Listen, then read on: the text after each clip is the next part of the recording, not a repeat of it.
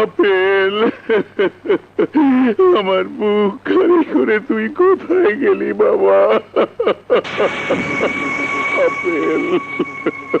China, Mainkar প্রেমিকের নাম কি? মিতা।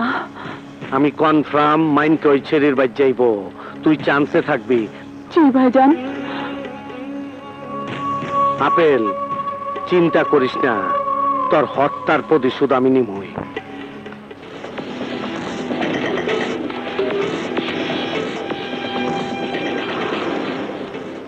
তোমরা কারা? তোর জম। মানিক কোথায়? আমি জানি না। কি বলবি না? দেখি কতক্ষণ না বলে থাকতে পারিস।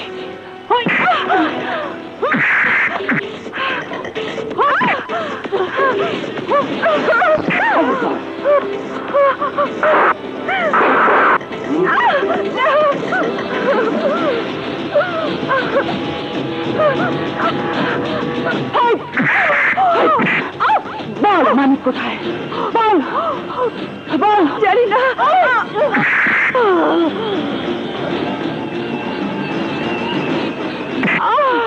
বল মানিক কোথায়? বল বল মানিক কোথায়? বল বল।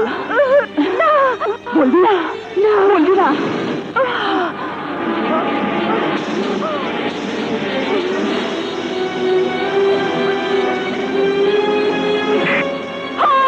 বল মানিক কোথায়? বল। তোর পেছনে।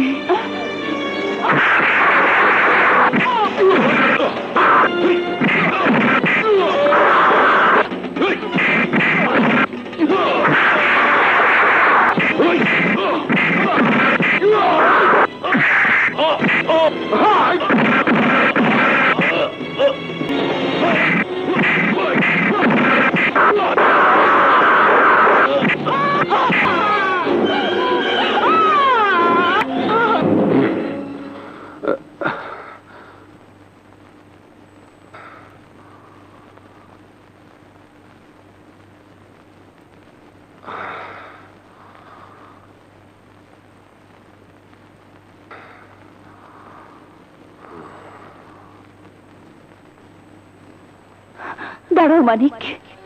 মিতা, আমাকে যেতে দাও। তুমি যেখানে যাবে আমাকেও সঙ্গে নিয়ে যাও। না মিতা, তা হয় না। আমার প্রতিশোধ এখনো শেষ হয়নি। ওরা আমার বোনকে মেরেছে, মাকে পাগল করেছে। আমি যাকে ভালোবাসি তাকেও মেরে ফেলতে চেয়েছিল। আমার তো আর কেউ বেঁচে নেই, শুধু শুধু তুমি বেঁচে আছো। তোমাকে হারালে আমি কাকে নিয়ে বাঁচবো? মানিক। হ্যাঁ মিতা, বোন আর মায়ের কাফনের কাপড় মাথায় বেঁধে আমি বেঁচে আছি। ওই দিন আমি তোমার বুকে ফিরে আসব, যেদিন ওই জোয়েলকে খতম করতে পারবো। আল্লাহর কসম, জোয়েলের মতো একটা খুনি, সন্ত্রাসী, হত্যাকারী বাংলার মাটিতে বেঁচে থাকতে পারবে না। আমিও যাব তোমার সাথে। মিতা, আমি আমি তোমাকে হারাতে চাই না।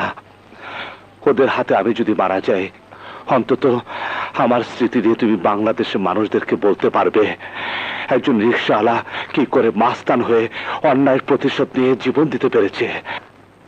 তোমার আঘাতে মলম দেবার সাহস আমার নেই। তোমার বুকে যে আগুন জ্বলছে তা নিয়ে ভাবার শক্তি আমার নেই। কিন্তু ভালোবাসা দিয়ে, আদর দিয়ে তোমাকে সান্ত্বনা দিতে পারি। সে অধিকারটুকু অন্তত দাও। মিতা, মিতা।